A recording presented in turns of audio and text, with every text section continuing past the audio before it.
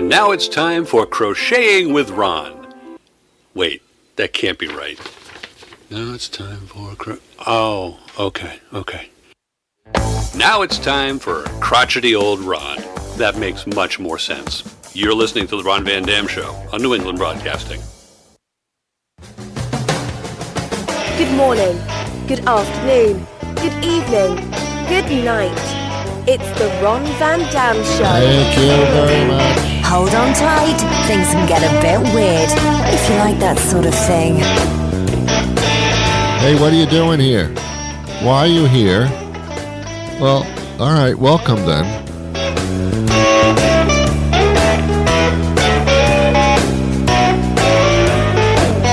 Thanks for tuning in. It is the Ron Van Dam Show. I am one of those people. I'll be entertaining you for the next half hour, and then not so much.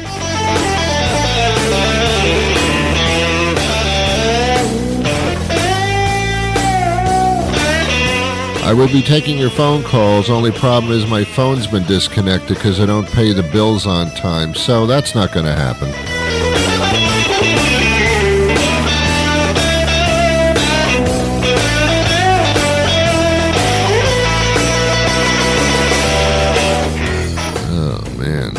Can you imagine being held up at gunpoint and all they take is your Kohl's cash? Whoa.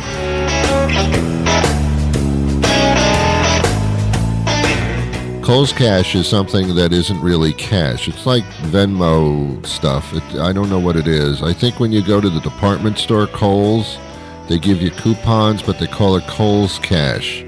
Just another entity of monetary stuff that I have to deal with.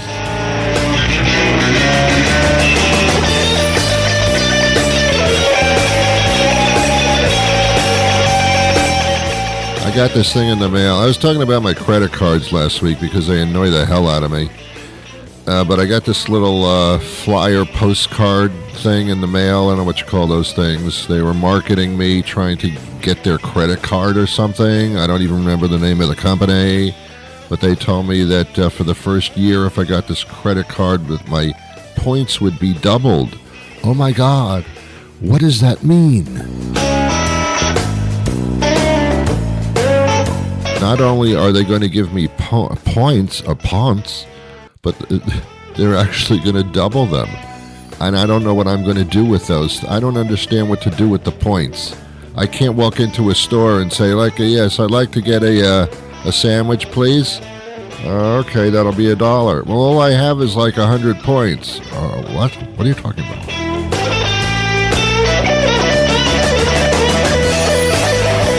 I don't have any money, I can't pay my bills, but I've got thousands of points. Why? Sorry, I can't help you.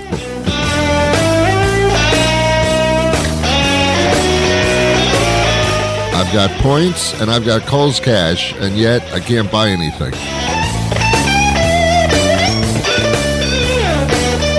I also have a lot of travel miles.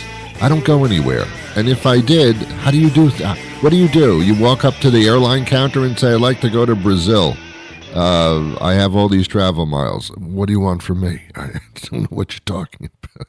Travel miles? You can't eat travel miles, can you? Maybe not.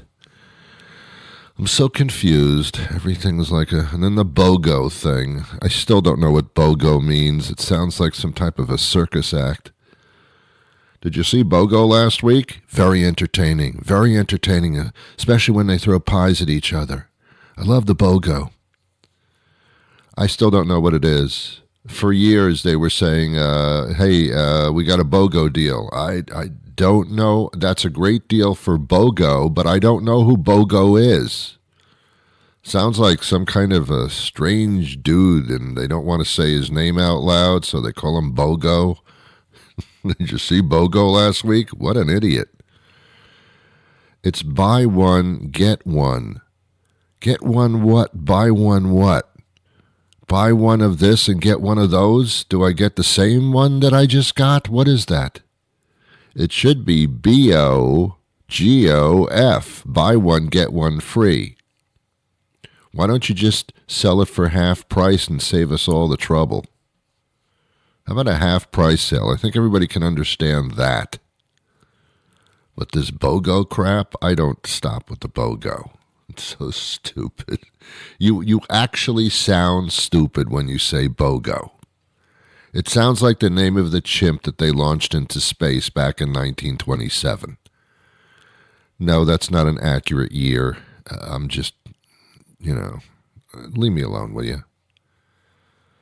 Why doesn't everybody just leave us alone, huh? We're bombarded every day with marketing. Did you take a look at your mail recently? No one cares about you. Nobody's sending you any letters about their trip to, let's say Brazil. I don't know why I'm choosing Brazil today. Nobody ever goes there or talks about it unless they're from there or they want their boobs fixed. So I just don't know why people go to Brazil. It's a nice place. I think they have their little troubles, but so do we, right? Can you imagine somebody from another country saying, hey, you want to go to vacation in the United States? We can go to Florida or something, or Disney World. Oh, I'm not going there. They have a lot of murders there every day and a lot of mass shootings. You're right. We shouldn't go there. And their country is in upheaval. Their government is like nuts. They don't get anything done. That place is crazy. Yeah, let's not vacation there. Let's go to Brazil. Who would want to come to this country right now? If you can even get in. I don't understand. I don't get it. I just don't understand anything anymore. Everything's just falling apart. I don't know. I have no idea why. I don't get it. Well, Mike Johnson, and could you have a more boring name than Mike Johnson?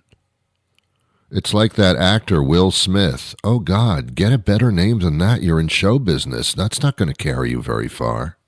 You'll end up slapping other people on stage. Mike Johnson. Whoa. The Johnson family had a child. Really? What are they going to name the child? I don't know, Mike. That's not right. That's too boring. So Mike Johnson is the Speaker of the House.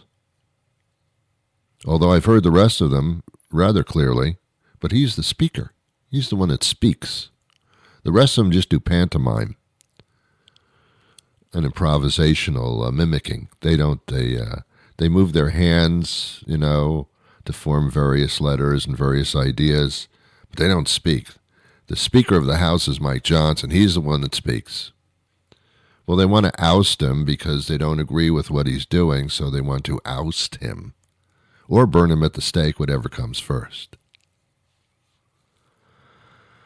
God.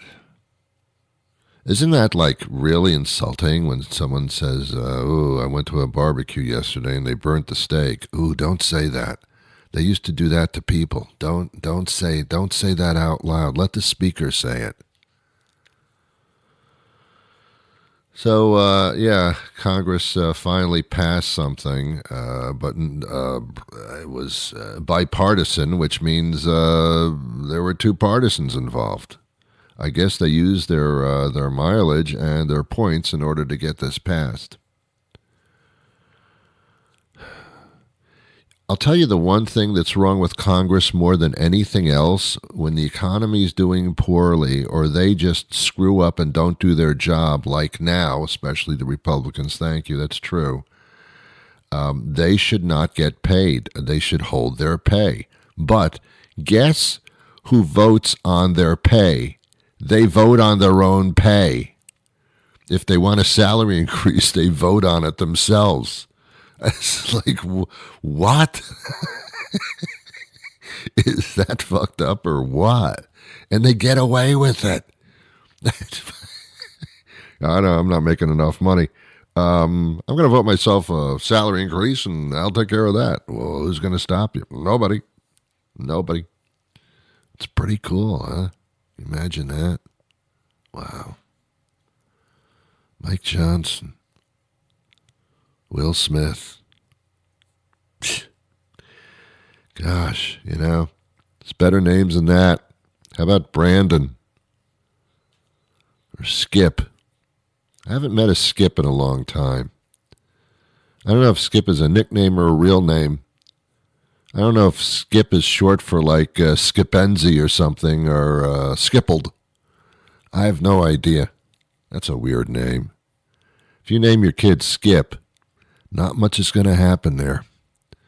Maybe you can go into sports, but even then, not greatly so. You're just doomed to failure if your name is Skip. And I'm sorry.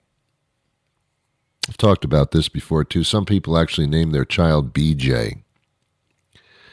And I don't know if that's probably a nickname, like Bobby Joe or something. So they call him BJ.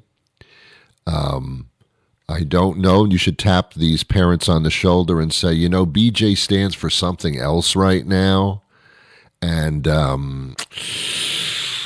every time you call his name, I think of a sexual act. So I don't know if this is a good idea for you. Parents should really double check their make sure what they name their children isn't going to be a death sentence. How about that idea? Oh my God. I've talked about this too. People that name their kid Bob. I mean, I know some Bobs are really great people, but a more simplistic name you could not have. It's spelled the same way backwards and forwards, and there's only 3 letters involved. I know it's a nickname. Your real name is Robert. Oh, okay. Robert. That sounds all right. Bob? It's too familiar and too simple. You don't want to be that simple. Well, maybe you do if you want to just be good old Bob, And if your name is Bob, again, I apologize. You're probably a great person. I know some Bobs, and they are great people. Look, my name is Ron. Backwards, I'm a knob. Not a big deal, It's okay. We just call ourselves these things. It's our nomenclature. But that name really sticks. What if you had a relationship or a marriage and your wife's name is Susan, and then you meet another Susan? That person is damned to hell as far as relationships are concerned. My ex-wife's name was Susan. Your name is Susan. I'm sorry, I can't do this. Change your name, we're good. I can't do the Susan thing. And even if I call you something else like dear or something like that, or I can't, because other people are going to call you Susan, and that just brings it up immediately. I hate that name. It makes a difference. I have this thing through life, and it's not because I'm getting older, but through my entire life, I never remembered anybody's name ever. I never, ever did.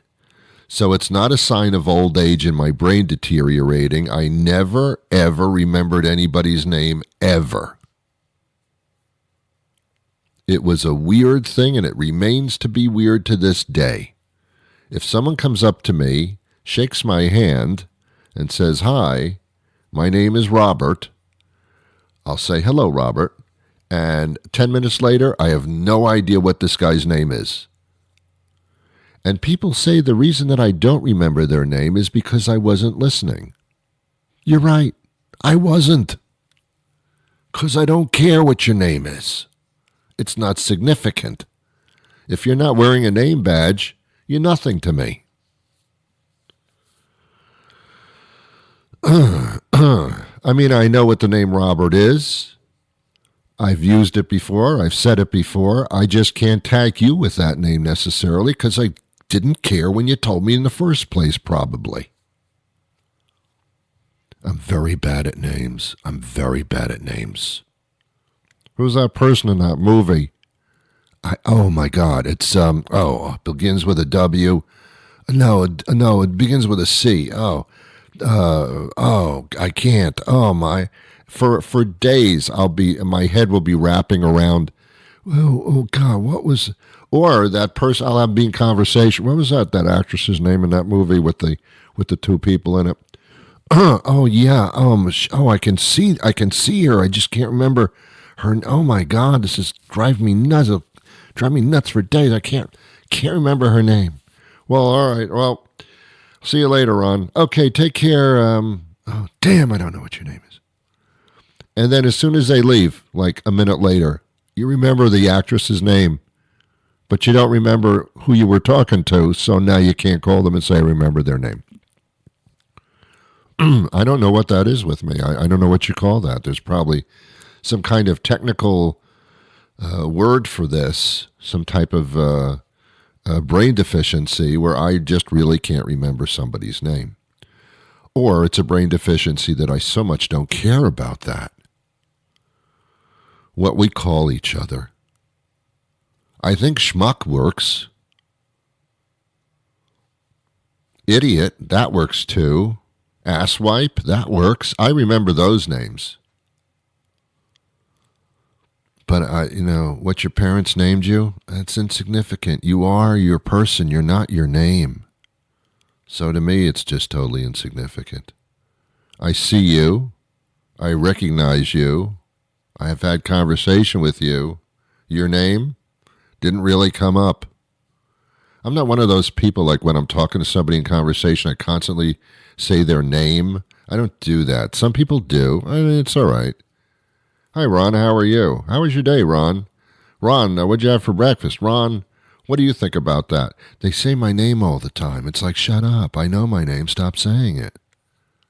I don't do that with other people. If I see somebody across the room that I recognize, I go, hey, you. Hey, how you been? I don't know their name. I don't say their name because I don't know it. Sometimes I'll remember a name, but very infrequently. Not enough to say that I do. It's like drinking water. Do you drink water? Well, of course I drink water now and then. But basically, when you ask me, do I drink water? No, I don't. Because I don't drink enough of it. Therefore, I don't drink it at all. Ron, do you drink water? No, I don't. I don't drink water. Of course you do. See, they said, Ron, do you drink water? Thank you. Thank you for remembering my name. I appreciate that. I don't care for my name. Never did. I think most people don't care for their name. I really don't. Unless their name's very exotic. Then they like that. But most people don't like their name. If you did a poll, or you're a stripper and you were doing a poll, people would probably say, no, I don't really like my name. I wish my name could be different. I wish I could name myself. Wouldn't that be great? You get a name, it's on your birth certificate from your parents. You have nothing to say. You're a fetus. What the hell are you going to say? You can't even talk. You can't go, no, oh, no, don't call me that. Oh, no, don't call me that. Wouldn't it be great if you could actually change your name to the name that you really want to be called? The last name's going to have to stick. Unfortunately, that's going to have to stick. It's the way we do things. It's got to stick. But your first name, we should be able to change that. Just once, though. It's like you can do it once. After that, we can't go through this all the time. Our courts are too busy. But you can change your name just once because you haven't done anything yet. You haven't been arrested yet. You didn't go to school yet. Your name is not plastered all over the place. It's just on your Social Security number. That's about it. But you haven't done anything. You haven't bought anything. You haven't been assigned to anything. You're kind of okay right now. You can change your first name. It's not going to kill people to change your first name. We call people by nicknames. It's not their name at all. Look at all the celebrities that are in movies that I can't remember their name. People, in the media, they change their name. You know that. You know that. It's not their real names necessarily. Comedians keep their name. I was going to say comedians keep their changed name. God. They keep their name usually because they're not really celebrities. They're just people that are really funny, and there you go. But actors and actresses, no, I have to market myself. I have to market myself. And they change their name in order to make themselves more marketable. And they get away with it. Nobody knows their real name ever. Why can't we do that? Aren't we our own celebrities? If you don't like your name, wouldn't you feel so much better if you had your name was something different? Wouldn't you feel so much better about that?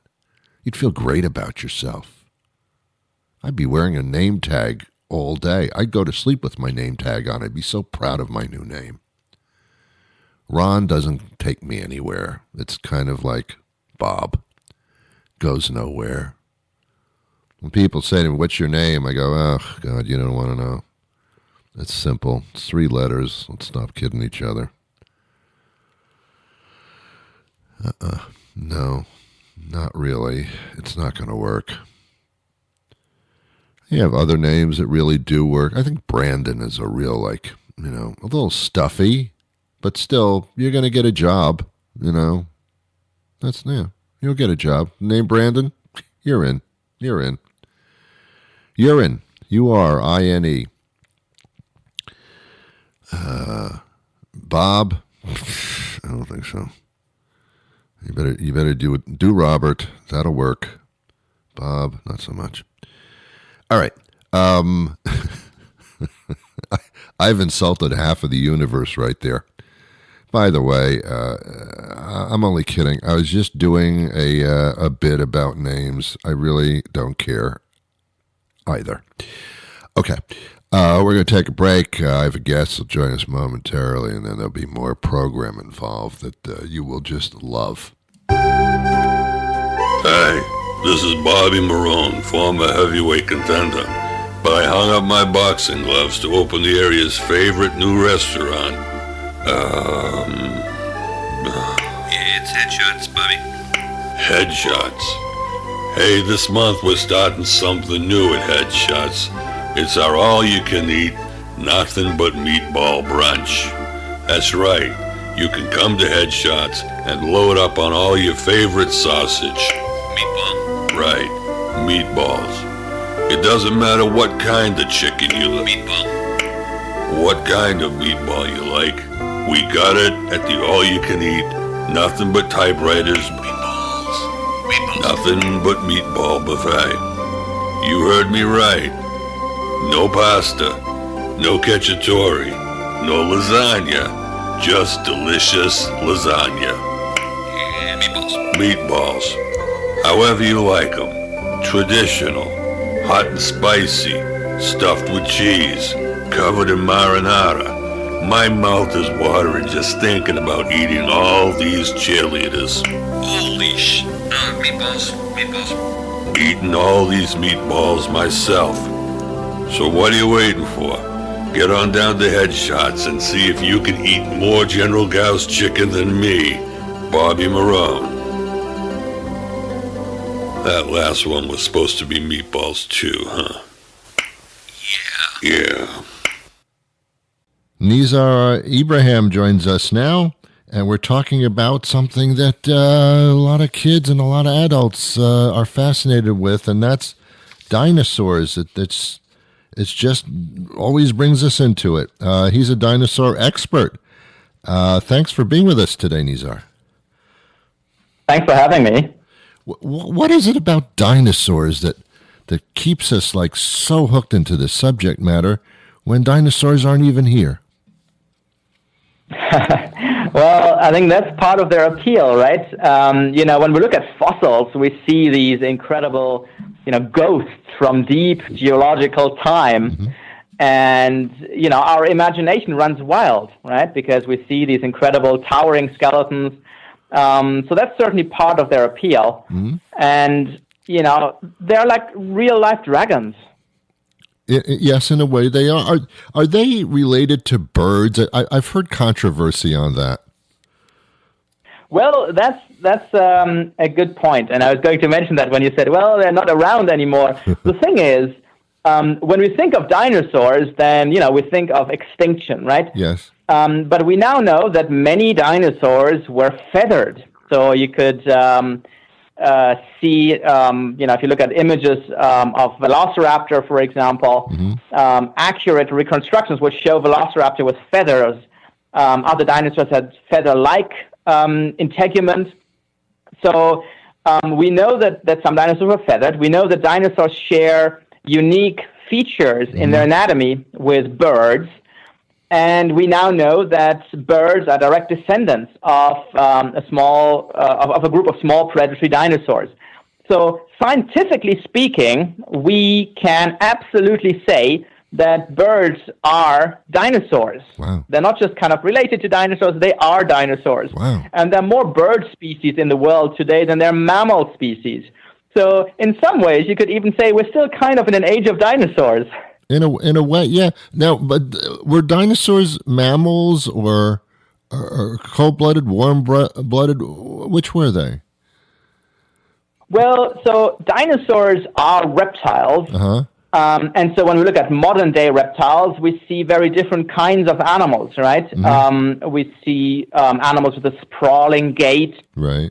and they are, quote unquote, cold-blooded. Mm-hmm. Whereas with dinosaurs, we see that most of them have fully erect limbs, right? That Yes. are stuck right under the body. We see very active animals, very agile animals. And we now know from a number of different lines of evidence that many dinosaurs were almost certainly warm-blooded and had a very high metabolism, higher than that of many mammals and comparable to what we see in birds, which again shouldn't come as a surprise because we know that birds are dinosaurs and they are warm-blooded. So with dinosaurs, we were always kind of stuck there because we thought, well, they're reptiles, Right. but birds are dinosaurs, so we've got Right. both ends of the spectrum there. Right. We now think that, many dinosaurs were warm-blooded. Some of them may not have been, but the predatory dinosaurs like T-Rex and Velociraptor and so on certainly were warm-blooded animals. Yeah, it's fascinating how we're familiar with dinosaurs, but we know nothing about them as far as the legends are concerned.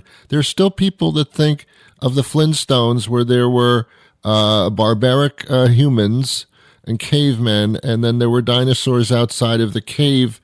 That's still I think the majority of people think that's the case. Do you find that to be true as well? Well, it's a strange one. I mean, I think it's odd that someone would look at the Flintstones as a documentary film. Well. But it does happen. And the thing is, when you think of the timelines involved, here's something to blow your mind. Yes. So if you kind of look at the timeline and you look at dinosaurs from, say, the Jurassic, like the Stegosaurus, right, Yes. with the big plates on its back, and then you look at the T-Rex from the very end of the Cretaceous. T-Rex is actually closer to us in time than it is to Stegosaurus, right? Wow. So when you think about these huge time scales involved, and of course, the tens of millions of years have passed after the extinction of animals like T-Rex before humans enter the scene. Yeah. So it's kind of like an odd, it's kind of like merging all of prehistory into one slice of time, where you have cavemen and dinosaurs. And it's a vast story, right? Because, when we think of prehistory, you often have these kind of very vague ideas of kind of primeval Earth, right? But the reality is that, our planet is 4.6 billion years old. We and 99.9% of all the organisms and all the ecosystems that ever existed are extinct, right? Yes.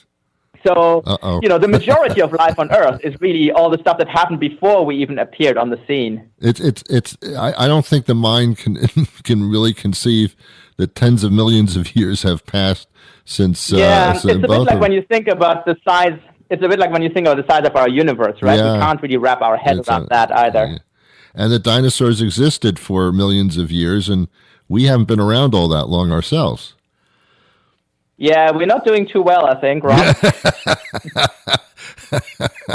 Okay, well, there's the bottom line.